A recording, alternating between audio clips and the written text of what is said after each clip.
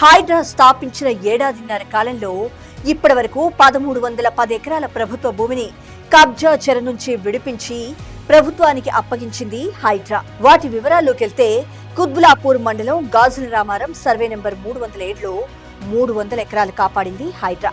హాఫీస్పేటలో 39 ఎకరాలు, Rayadurg కస్లా survey number 5/2లో నార్న estates లో 39 ఎకరాలు, కొండాపూర్ సర్వే నంబర్ 59లో 36 ఎకరాలను కాపాడింది హైడ్రా. కుత్బులాపూర్ పేట్ బషీరాబాద్ లోని సర్వే నంబర్ 25/2లో 37 ఎకరాలను, మణికొండలోని సర్వే నంబర్ 20లో 23 ఎకరాలను కాపాడింది హైడ్రా.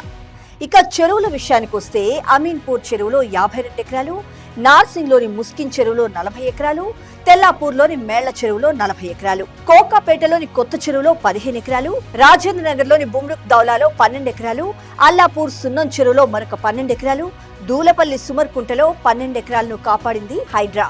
ఇక పార్కుల విషయానికి వస్తే గట్కేసర్ మండలంలో 12 ఎకరాలు, గట్కేసర్ మండలం ప్రతాపసింగారం సర్వే నెంబర్ 315లో 6.14 ఎకరాలు, Ameenpur Padmavati Nagar colony survey number 193, 194, 323లో 4 ఎకరాలు, గాజుల రామారంలో 3.5 ఎకరాలను కబ్జా చెర్ నుంచి కాపాడి ఫెన్సింగ్ వేసింది హైడ్రా.